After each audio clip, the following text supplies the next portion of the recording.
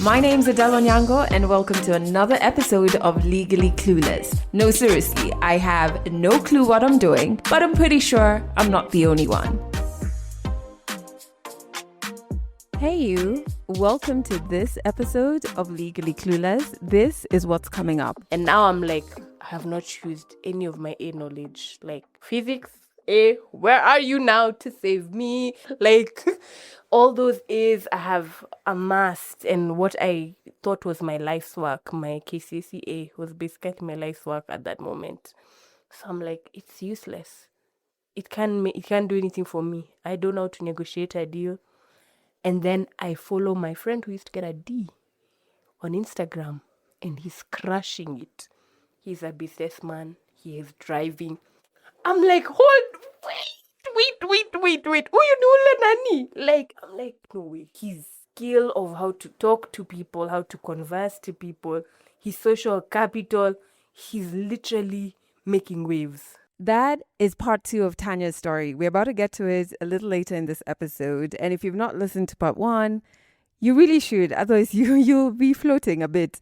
Just head over to the previous episode 388 to catch up. Shout out to all our OG members. I've got nothing but love for you. Thank you for being part of this family as we've grown over the last couple of years. If you're new here, welcome. Audio episodes of this particular show go out every single Monday.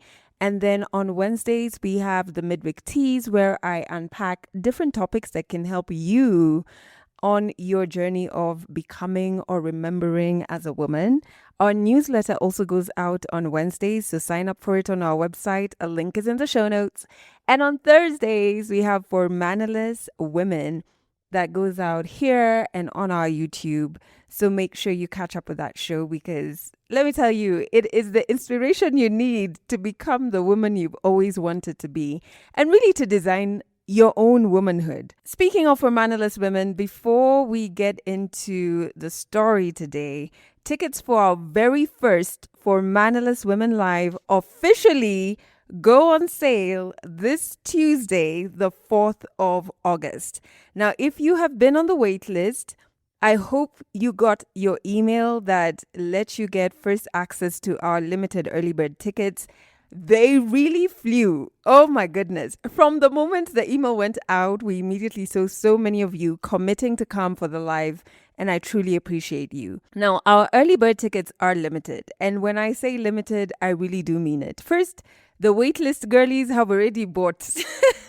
So we have very few left, and once they are gone, they are gone. I'll get into the price points in a bit, but if you have been listening to me mention the For Mannerless Women Live over the last few weeks and wondering exactly what you can expect, first, it's on the 26th of September. We're going to be gathering at Trademark Suits in Anaki Town for a live experience unlike anything we've created before. Trust me. And I've been doing this media thing for 17 years. I have never done anything like this. We are going to journey through womanhood together. We'll start off in our 30s, and then we'll head into our 40s, and then into our 50s and beyond. And we're going to do this with incredible women who have previously been guests on For Mannerless Women. So joining us are Lydia KM from right here in Kenya. We also have Lolo Cynthia from Nigeria, Janet Mbugwa, Bev Munga, aka the Vibrating Lawyer, Apondi Nyangaya, Sally Sawe. It's going to be incredible. And I can't give out the secret, but all I can say is we have one other guest who may be joining us from a country down south, not virtually, in person. But I can't give too many details on that just yet. We're going to have honest conversations, y'all. I mean, we're going to have meaningful audience moments. So you are not just spectating. We want to hear your mannerlessness, okay? So you're going to get opportunities to talk, to shout, to let it out, to connect with other women in the room. And we're also going to be launching our first mannerless products.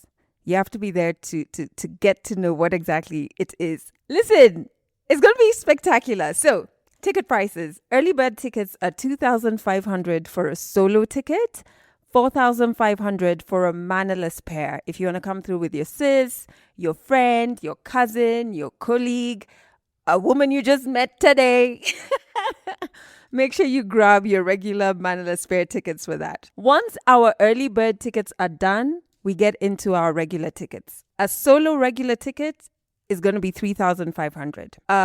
Regular mannerless pair are going to go for 6,500. So you actually save a lot by getting your tickets as early bird. So remember, if you're on the wait list, you have until the end of Monday for it to go live. And if you're not on the wait list, from Tuesday, the tickets are going to be live for you. Check out the show notes for the link. Now, last week, we heard part 1 of Tanya Nyambura's story.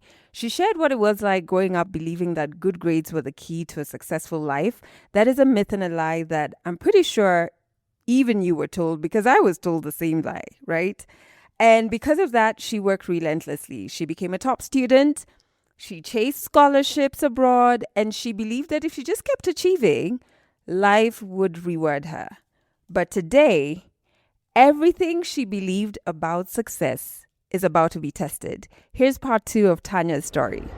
100 African stories on Legally Clueless. Stories from Africa. So I'm still holding on to that, and I want to do my master's. It didn't pan out, didn't work out. So then I'm in the job market. In the job market, I'm kind of like, it's COVID. So as you can expect, the unemployment rate was higher during the COVID period, 2021 there. So 2021, I'm just in the job market, chilling. I'm now applying for jobs. I'm reading roles and responsibilities. And these are things I had never envisioned, because I had never known that after this, like, there's a place called work. And so, like, I was kind of like, this is so new. So I'd just, like, put in my application. I'd get, like, maybe one interview. In the interview, I didn't know you lie in interviews. So I'd be out there saying the truth. Like, I've never heard of that and I don't know how to do that, but I can learn. And they'd be like, yeah, sorry, we'll choose someone, which went with somebody different. You know how those rejection letters come? Sorry, there was 1,235 applicants of this role, even though you demonstrated so much passion, Yeah, so kindly, keep in touch when opportunity arises. I was getting a lot of those. So I was like, oh, it's okay. It's kind of COVID, and also elections is like in 2022. So I was like, it's okay. Like, we're kind of in those. Eventually, I was able to get like an internship. So I go for this internship, and my mindset is still school mindset. So I don't know anything about the workplace. I'm not the best at interacting. As you can see in university, the people are telling me I was trying to be your friend and you are ignoring me. And I was like, okay. So I have severely underdeveloped social skills. Severely. I have underdeveloped negotiation skills. I have zero work experience. The work experience I had was when I was in Kitale. I would crisscross Nairobi and Kitale because my mom farms in Kitale. The only experience I had would be like writing dairy, like cow X, Baraka ametoa maziwa, lita 3, naandika kwa kitabu. Like, that's what I had. But the rest, I did not have any form of work experience. I don't know what people do in that place and how they make money. I had no idea. So I'd just be like, wow, this is so, like, new. So I'm underdeveloped in all those areas, and I'm like, what? So they take me to the workplace. I want my boss to be my mom, okay? So I'm like, why is she not smiling at me? Why is she not hugging me? Like, what's wrong with this lady? Like, why is she being strict like this? Like, because she looked like a mom. So it's like, she can be also like mom too. You know how we're like, kila mtu ni auntie, kila mtu ni uncle. Then I would ask her questions. The same way like you ask your teacher a question and he responds. She didn't used to respond. She used to be like, figure it out. And I'm like, I'm used to figuring it out at University of Nairobi, because you know how our teachers would not teach us much. But I'm like, why figure it out? And you have a wealth of knowledge. You can tell me 2 sentences and save me research for 2 days. So why are you just making me labor for zero? So I would just be like kind of confused. And I'm an intern. Of course, we're overworked. We don't know we don't know anything and we're being overworked. So it was crazy. I was just having a hard time at that work. I was just like, wait, my first internship, I would spend the whole day just trying to figure out small things that apparently we should have known from university or somewhere along our lives. So I just like be researching and researching so I can be able to execute and do well at this job.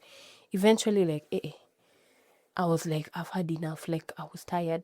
Socially, I remember like I would go to, they had a shared workspace and I'd be told to book the boardroom for like meetings. And I'd go to the community manager, the person who runs that shared workspace, and I would struggle to ask him if it was available.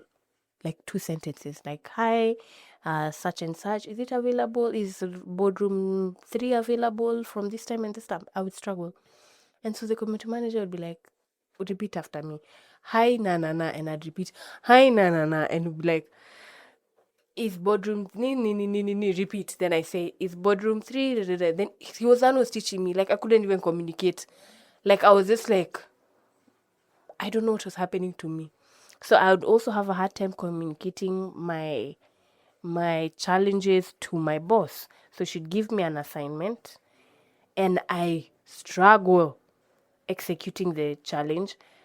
And when I'm trying to tell her that I'm struggling, I didn't have the words. I couldn't tell her when I'm doing this and this and that, I'm struggling in this and that area. So it was just a lot of like, it was hard to communicate. I didn't know those requisite skills of just showing, I have challenges in this section. Kindly, can you guide me? I didn't know that. I was like, wow, this stuff is bad. And then, of course, intern paycheck makes the whole thing worse. Intern paycheck, unarudi home na 20k, like, this 20k is kidogo. You're feeling stressed, you're feeling you don't know where you're going. You're like, is this going to be the rest of my life? Like, this whole work thing is not worth it, honestly. So eventually we part ways. I think at that time now I'm like resting. I've gone back to my mother's bosom, like, girl, I need to suckle because I'm hungry. Okay, I need some good nurturing because the world out here is deep. So at that time now I have like a bit of a taste of unemployment. And now I'm starting to think of the injustice of our school system. And I'm just thinking, nobody taught us that we should be working. We should be pursuing. Like in China, they kind of go to the garage. They kind of have some form of work experience. Even in the US and these other areas, even in high school, they have like part-time work. It's teaching them a little bit of workspace and they're learning to socialize. I felt like I didn't have that. The social structure was very formed. It was very scheduled. Now you're in the workplace, you're your own schedule. There's no bell. Like, ding, ding, ding, time to eat, ding, ding, ding, change task, ding, ding, ding. You're now learning how to prioritize your tasks. You're learning how to communicate officially, professionally. How can I share my grievance in a manner that is professional? And you're kind of like, wow, this is not what I thought it would be.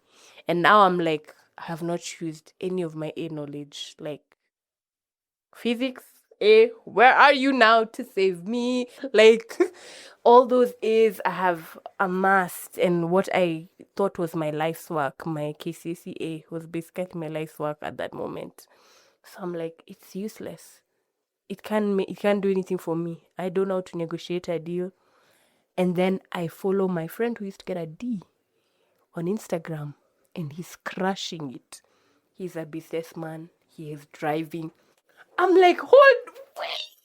Who you know, Nani? Like, I'm like, no way.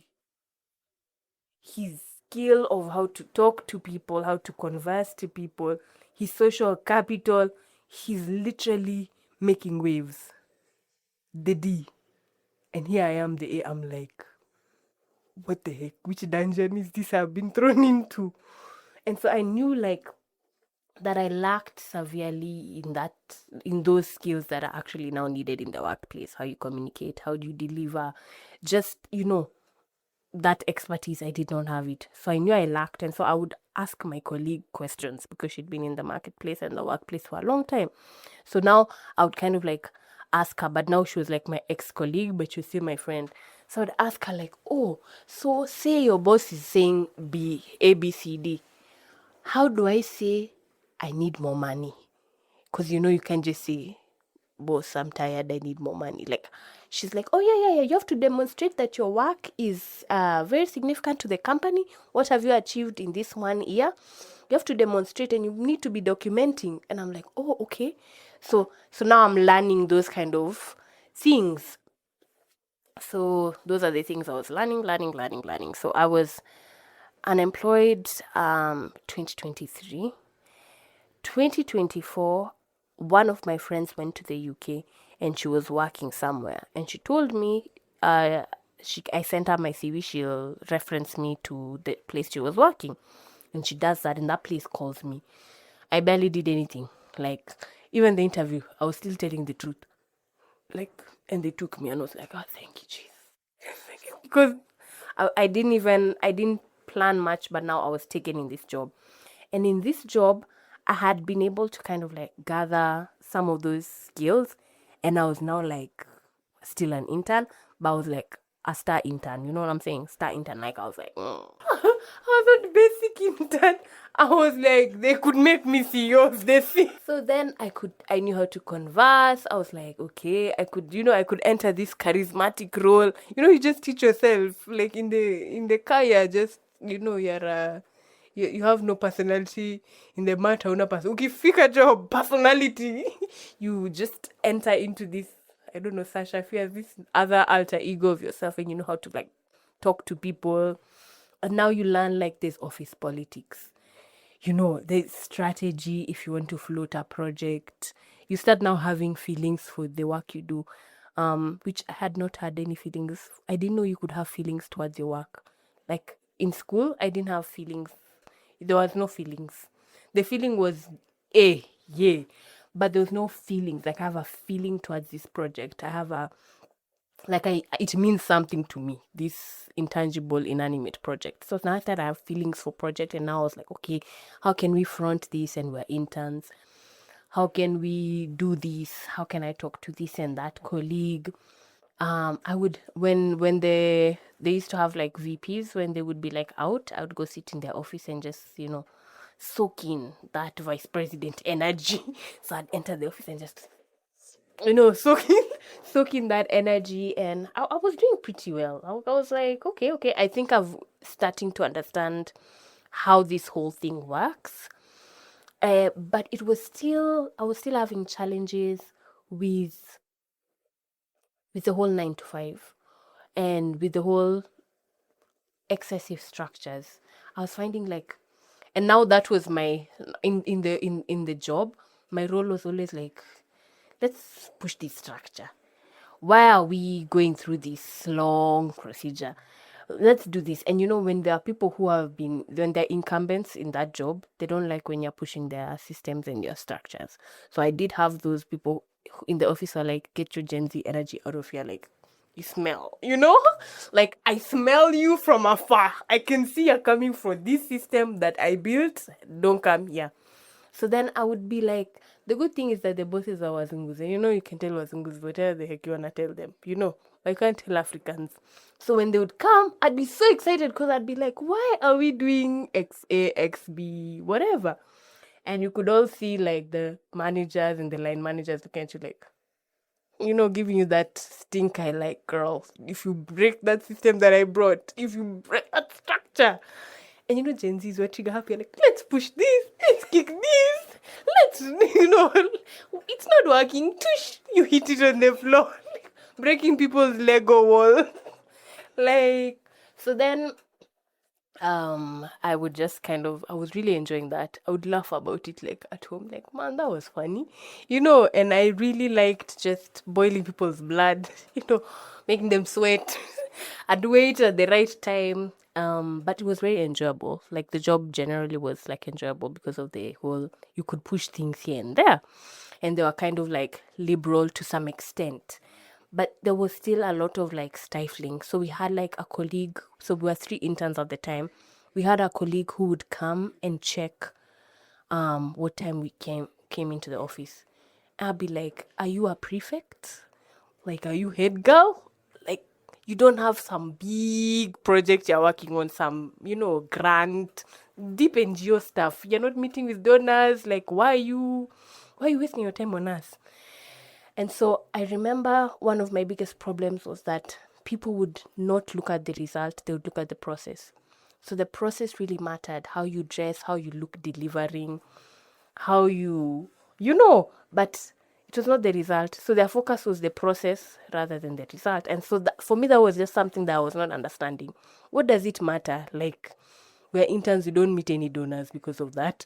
So we're stuck in a corner. If I wear jeans or if I don't wear jeans, why is it boiling your blood? Like, why are you wasting your time coming to, just look if I've delivered, check my KPIs. Am I on project? Am I tracking? Have I even gone beyond that? But they would be still stuck in this whole process. Of course, when the bosses come, the American bosses come, you can talk to them and they understand that. But the Kenyan bosses, they really wanted that process, how she looks, how she talks to me, how she does this whole procedural thing, more than even the result of whether I delivered. So they had a lot of people, if you ask me, in the company. Most of them are older who are under delivering, but they were damn good at the process. So they would under deliver in their projects. They have not met their targets, but they are adhering to the SOPs, standard operating procedures, and they're looking the way they want them to look, talking the way. And us guys now, the 3 interns who happen all to be Gen Zs, we're just like, hii kitu hapana, So eventually, our internship lapsed and we were offered contracts. So one of only 2 were offered me, and another guy were offered now a job, which was already not boding well with me, because I'm like, you keep someone for 1 year so you can tell them they're no longer relevant to the job. Like, so I was like, that was a bit weird, but I could smell like a manager behind it, because maybe she felt when the 3 of us together were just bad news. And in the offer, it was below market price. So we had been paid, like, after tax, we're going home with like 30K for 1 whole year. So I've moved from 20K to 30K. So 1 whole year after tax, we're going home with 30K. And it's an NGO. And you can see your bosses and the VPs, the kind of cars they are driving. Us guys are just there with our jumping into matatus, sweating in matatus, and you go home with very little money. At the time I was staying with my sister, so thankfully I wasn't paying rent or anything like that. But I was even staying at home first before I went to stay with my sisters. Yeah. But before that, no, not before that. So it was just kind of crazy. The 30K was not a lot of money in our economy. That's like 2024. We have, and 1 whole year, you have really persevered. So when they gave us our offer, after tax, it was now amounting to like 50K. And so I was kind of like, wait, we were holding on to 30K for 50K. So I kind of pushed back. I said, no, at least for a project, what was it? Project coordinator, the standard after tax is 68. So just do 68. Kenyan market. Seattle American market, although they operate in their base office, I think is Seattle or whatever, is 68. So can you guys do 68 or something like that? They were like, no, we can't do 68. Are you taking the offer? Are you not taking the offer? So I was like, okay, can you give me then a consultancy role so that I can look for something that is above that price as I, work as a consultant for you guys? They're like, no. So they didn't even give me a rebuttal. Okay, we can do 60. Or, okay, we can do 62. They're like, no, you take 50 or out the door. So I said, I talked to my parents, I talked to my mom actually. I was like, Mom, our two. My mom was like, just stay with it. But I was like, no, these people don't deserve me. Like, they can just be stressing me one whole year, then, So I didn't take the job. But my friend, he went for the job. He was paying his own rent. Like, he just didn't have any other option. So he was like, listen, I get you, I understand you, I'm with you, but like, may I have to take the job because I don't have like recourse. So then I felt like now we were just cheap labor. We do good work, we offer results, and then now we're just cheap labor for this company because like their managers are clearly being paid a lot of money. The work is pushed down to the people at the bottom. The bottom are carrying the top. That's why things are usually bottom heavy. A pyramid is bottom heavy. We're carrying the top. So it was just up like, nah, this is not working for me. So eventually after that, I came out, I was like, okay, 2025 started. 2025 again, unemployed. I'm like, yo, you've gotten all the unemployment looks you can get in family gathering.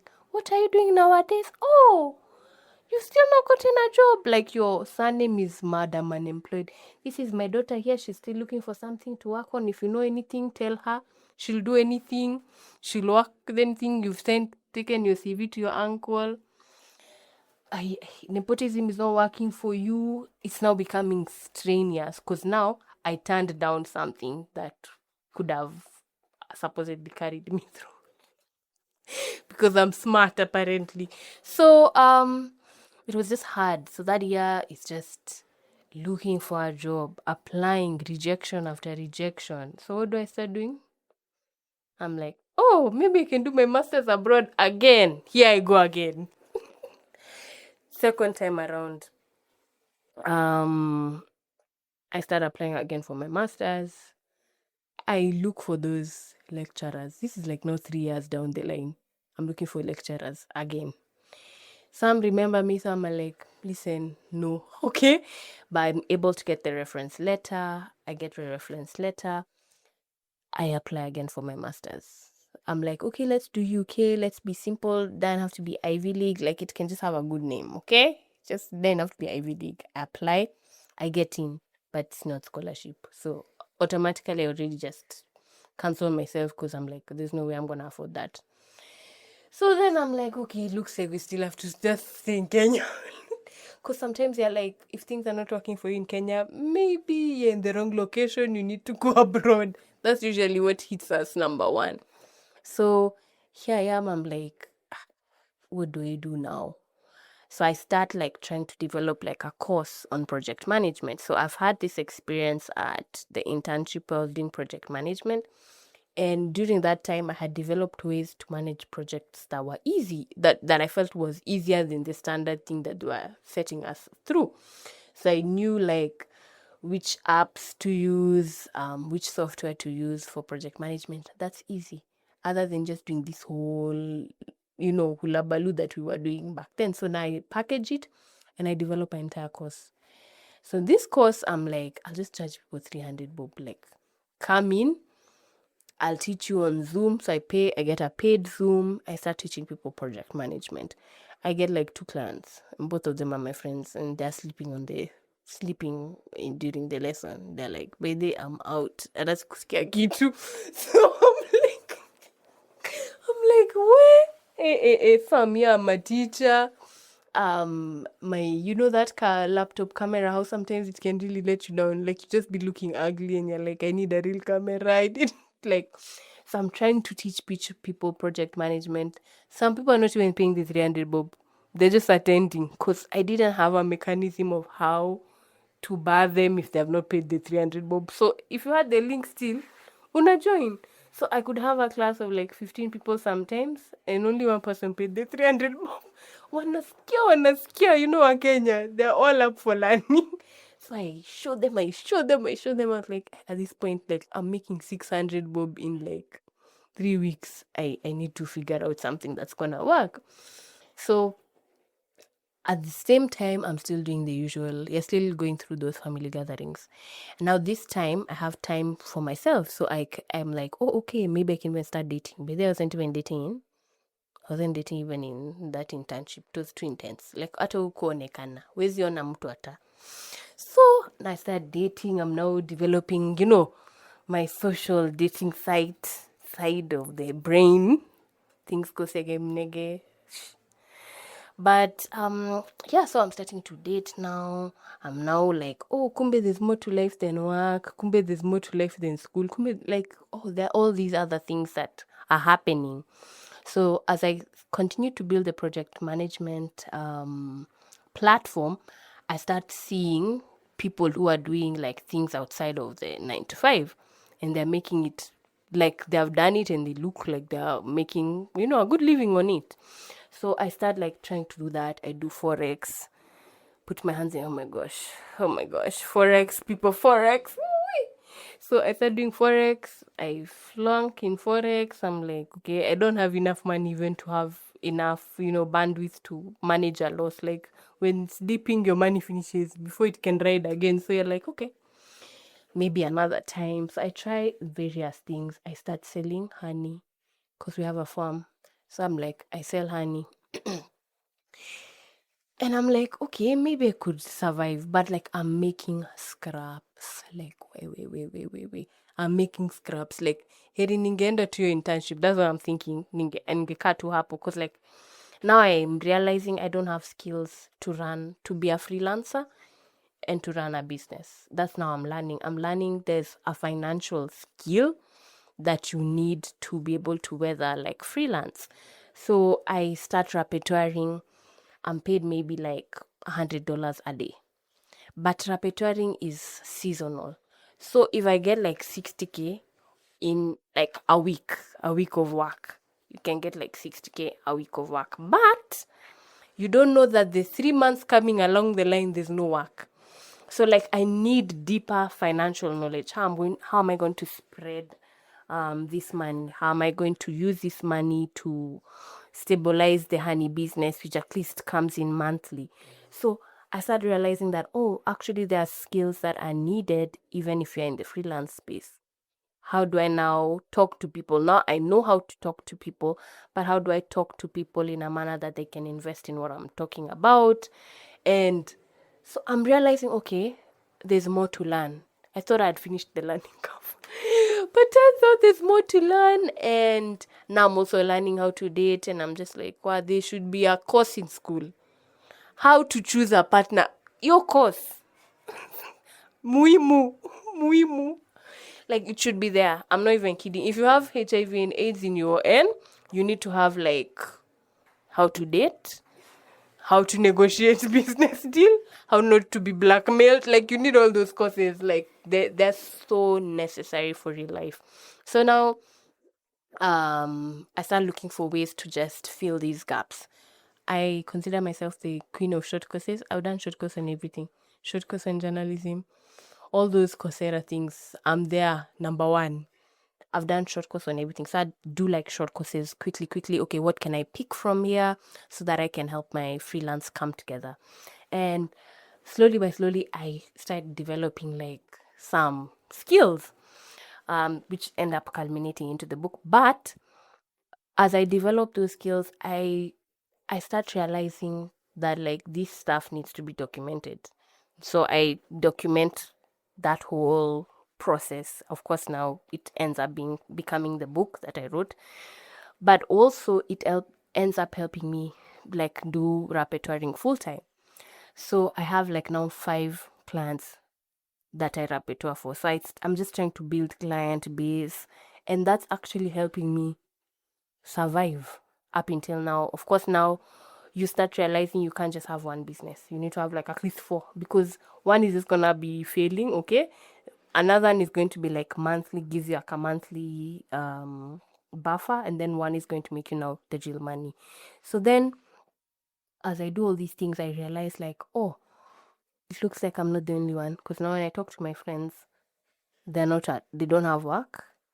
They're also struggling the same way when it comes to employment. And it's so linked to people's worth. People are feeling suicidal, like, am I worthless? Nobody wants me. The rejection is just a lot. Like, you can send your CV everywhere. Some don't even bother to tell you, like, sorry, no.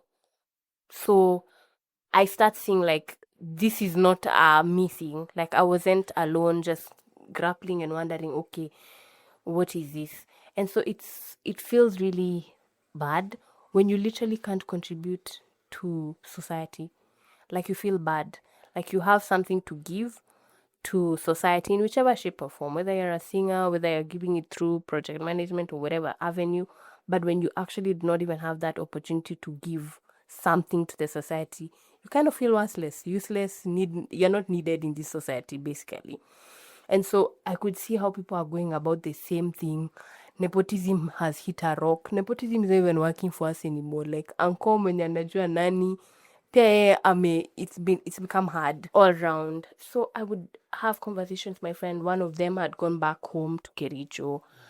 So depressed, done the internship thing, not been taken again, looking again, receiving so many rejections. Meanwhile, in Kericho, they have 100 acres of land. In his mind, he cannot even conceive he can do something with that land, because we are so cultured to just think, just get the job, just get the job, just get the job. And our parents are also telling us, even them, they can't see that 100 acres, we can start doing something together. So it's becoming difficult. It's difficult. And I think even if you check stats, 67% of youth are unemployed. So that's a lot. The 30% who are working, they're just the 30%. But a lot of people are still kind of just don't have work. At least not the formal work. But there's the formal jobs, but there's work. You can still do work without having the job thing. So yeah. So then we start, like, with my friend, we always like talk to each other, and we're calling each other, and we're kind of discussing how far. We're even laughing. We're talking about, like, go cousin mwenye promise job, public service. Haku come through. We're just cracking jokes, cracking up. And we start, like, saying, okay, what do we have in front of us? Which skills? Because you can't be a skillless human being. Like, there's no such human being. Everybody has a skill. Whether it's sharpened or not sharpened, you can sharpen it if it's dull, but you definitely have a skill and something to give. You always have something to give. And so we start, like, realizing that, number one, employment is not everything. You're a friend, you're a brother, and that is a contribution in of itself. And so for us, we take this journey of, like, detaching ourselves from our work, reclaiming our identity, because at the end of the day, you are not born with a career stamped on your head, like, blacksmith. No, at the end of the day, you're a human being, and that in itself is valuable before the whole work thing comes. And so now one of my friends, I think he had even a car. He had to sell his car because after the job thing, and like, for guys, your work and your ego together. The guy looked like he had been rained on. I'm like, nini mekufanyikia? Ati jobby man. Like, I'm like, wow. So you start seeing, like, we're so attached to this thing in a way that is just, like, unhealthy, like, in a way. And so yeah, we start just kind of taking this journey with my friend, working on our identity, because that's where you give from. If you know who you are, like, you have now capacity to give service, because now we're not going the work way, we're not going the jobs way, we're going to work. Whichever work is there, that is, you can conceive the work in your mind, build whatever you're building, whichever service you're giving, and begin to package it and sell it, because whatever you have to give is important and valuable. So then that's the journey we're taking, and that's basically where I am. So the book, I go into, when we're taking this journey with my friend of unemployment, I start to go deeply into studying unemployment. So I'm good at studying, as you can see. So I start studying, and I realized that the terminology unemployment only emerged in the industrial era. Before then, there was no such thing as you're unemployed. There was no such thing. But when industrialization started coming and they became now a wage-based bracket, then you could be classified as employed or unemployed. Actually, more the definition of employment is somebody who has basically a 9 to 5. So if you're doing freelancing, if you're doing gig work, based on WHO, that's kind of like informal and is not the structured employment kind of whatever, because you don't get the benefits of insurance and etc. So as I was doing this study, I was like, oh, so what did they used to do before the industrial era? Like, were they all unemployed? No, they would give service, but because it was not compensated monetarily, it was just like, barter trade. So I come teach your children, you bring for me eggs in the morning, that kind of thing. That's how they were working. And I was like, oh. So when we injected the money things, when we went crazy. But so then I was like, okay. So you're telling me that every individual has like inside them a service they can give. You don't need to stay home sleeping, crying. Gen Z is unemployed uko bedroom. So taka bedroom security. Taka bedroom. So it's just the service you give, basically. So then I was like, oh, okay, I get this. And then there's also the advent of AI, which is rendering a lot of people unemployed. So then I was like, okay, this is actually something that I can write about, of course. And I'm still also going through this journey with my friend about like decentering employment or whatever it is. And so then I start taking the steps. I start writing the book. I do, the introduction. After doing like some good study on unemployment, I enter African market. I'm like, wow.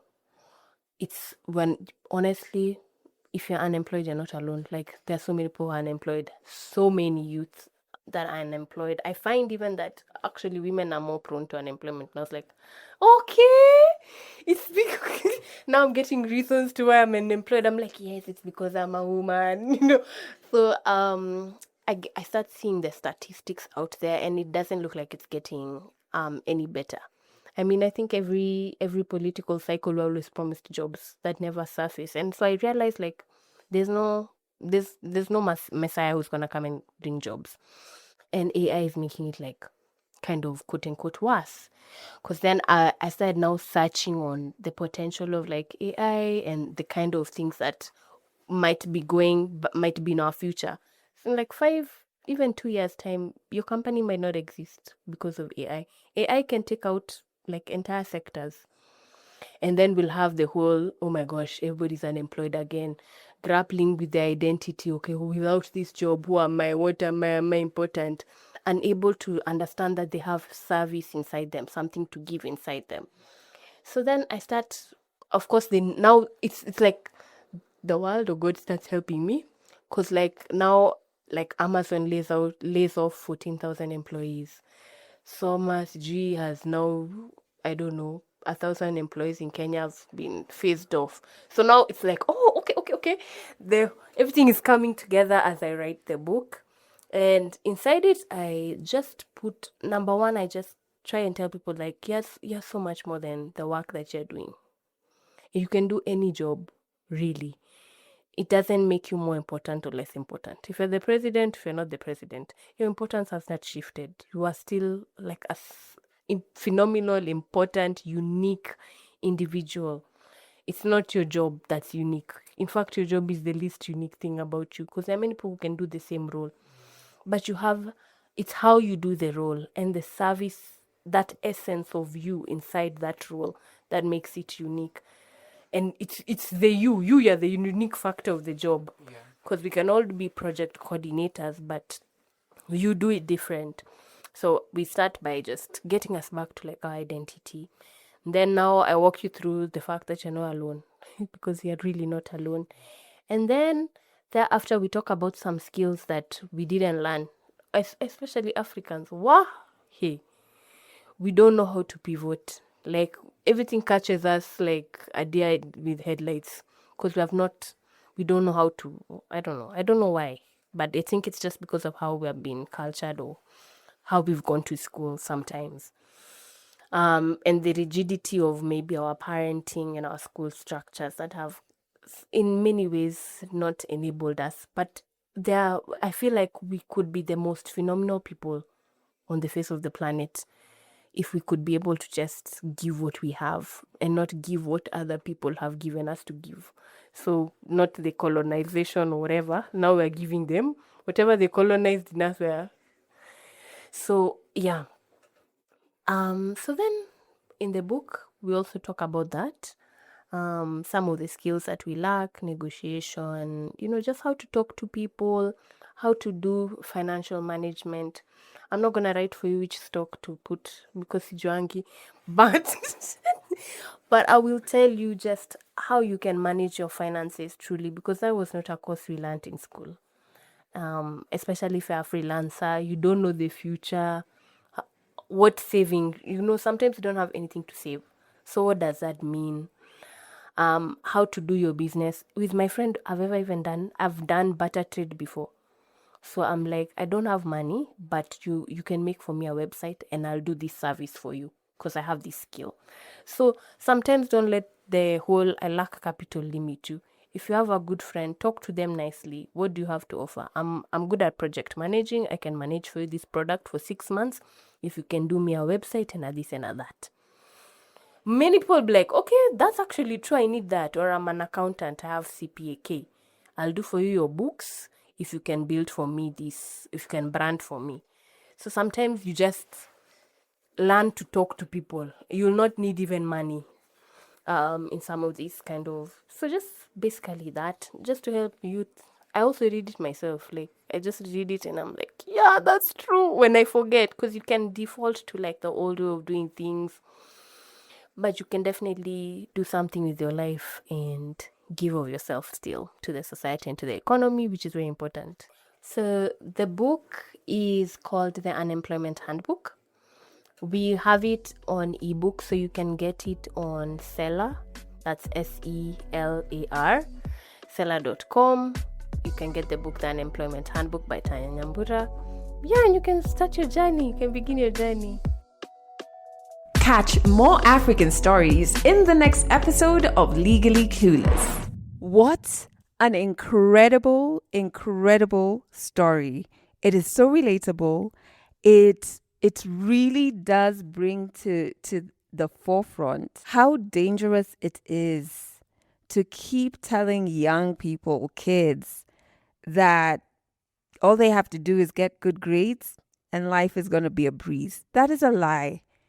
That is a lie that sets them up for disappointment, for shame, for even self-doubt, because you just start wondering, amani mimi, maybe it's a personal thing that my life is not working out despite getting the grades, right?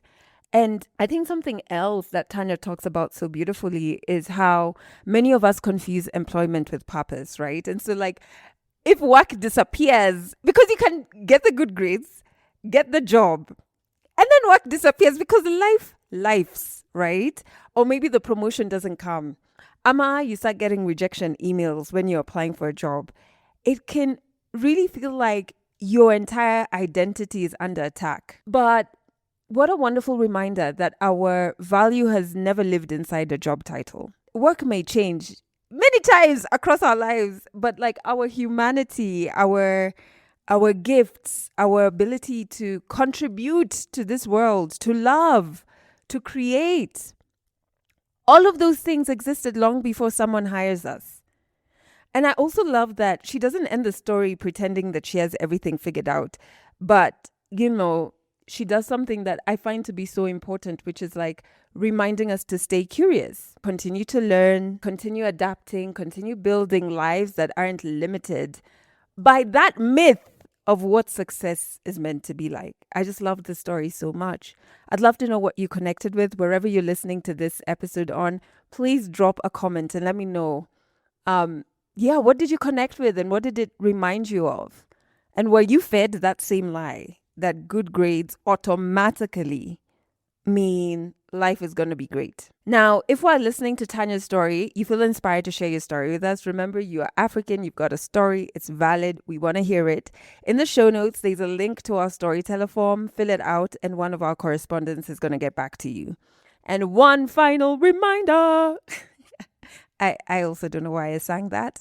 For Manaless Women Live tickets, go on sale to the public this Tuesday, the 4th of August. There is a link in the show notes. If you join the waitlist, make sure you check your email because an email went out last week with all of the details. And man, I just honestly can't wait to experience this moment with you in person. I think it's going to be spiritual. I think it's going to be expanding. I just have such a good feeling about this. And I just, a convening of mannerless women.